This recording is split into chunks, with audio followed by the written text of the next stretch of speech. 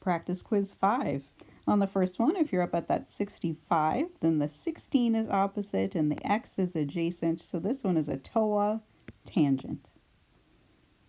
B, if you're at the 22 degree, then the x is adjacent and the 15 is hypotenuse, cosine.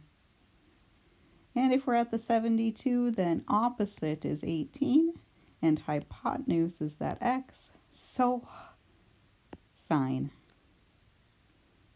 For number 2, we're actually going to set up. So we have to decide, okay, we've got a hypotenuse and an opposite. So that's a sine of 32 degrees is equal to x over 16. B, I've got the hypotenuse and the adjacent to the 61 degree angle.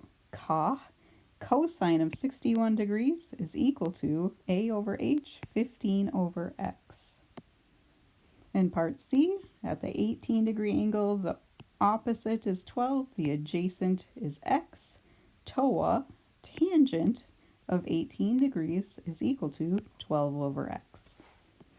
For number 3, when we go to solve those, it's probably helpful to put those all over 1 so we can think about cross multiplying.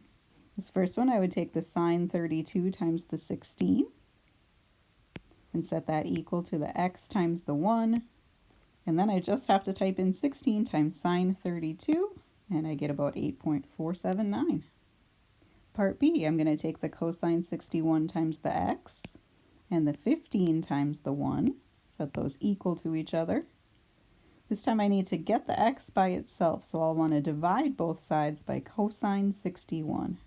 X is equal to 15 divided by cosine 61. Type that in, and we get about 30.940. And part C, the x is also on the bottom, so we're going to wind up with a tangent 18 times x and a 12 times 1. Again, getting x by itself is going to make me divide by tan 18 on both sides.